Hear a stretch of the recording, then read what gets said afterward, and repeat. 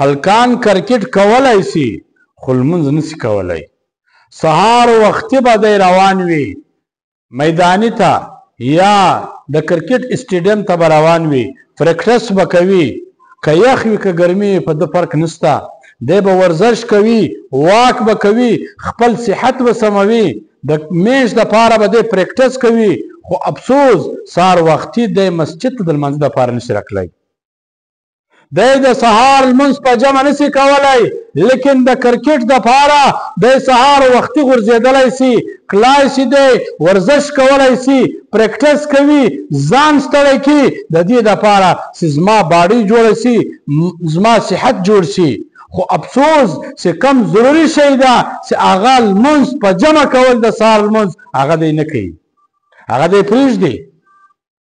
هغه پلاران خپل اولاد خو سهار وختي د کار دپاره راپورته کولی سي، په 5 بجې 4 بجې په 6 بجې راپورته کوي، وایي ولاړ شه کار ته، چې کله د جمعې شپه وي او چټي وي یا د اتوار ورځ وي چټي وي، لیکن پلار هېڅ هم نه ورته وایي.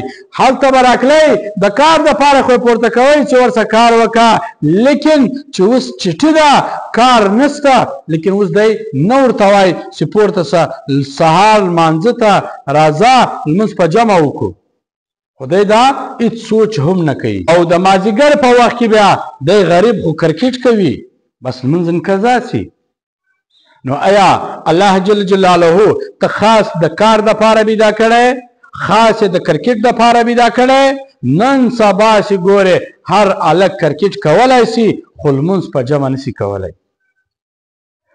سکول ته تللی سي، هلته انګلیش ویلی سي، خو چې پوښتنه ځینې وکړې د لمونځ نه یې زده. چې کله ورته ووایه چې کم رکعت ډک ده کم تش ده یا خالي ده د ده سر نه په خلاصي. په انګلیش به خبرې کوي، په اردو سندي به خبرې کوي، لیکن دا خپل لمونځ به نه یې زده.